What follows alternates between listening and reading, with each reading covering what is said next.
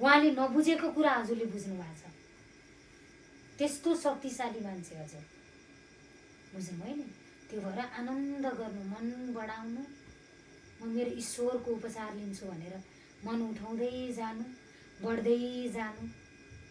अनि तपाईँलाई दाहिने बाहिने यता जाम उता जाम भनेर त्यस्तो कुराहरूको लागि केही झार जस्ता कुराहरू या तपाईँलाई ईश्वरको महिमाबाट तर्काउने कुराहरू त्यस्तो आउँछ भने पहिले पितालाई माग्नु, पिता यो तर्काउने कुरा चाहिँ मेरो अगाडि हुनै हुँदैन।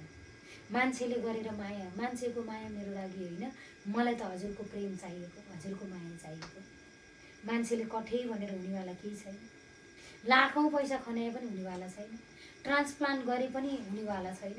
ट्रान्सप्लान्ट गर्ने मान्छे नि कमजोर, हजुर पनि कमजोर हो। धेरै आयो भनेको 2-3 वर्ष हो त्यसको। तर ईश्वरमा मन लगाउनु भने वर्षौँ वर्ष ईश्वरले थपेर राखिसक्नुभयो। अनि थपेको जीवन पनि सुखमय जीवन, जीवन त छ, त्यो दुखी जीवन त काम भएन।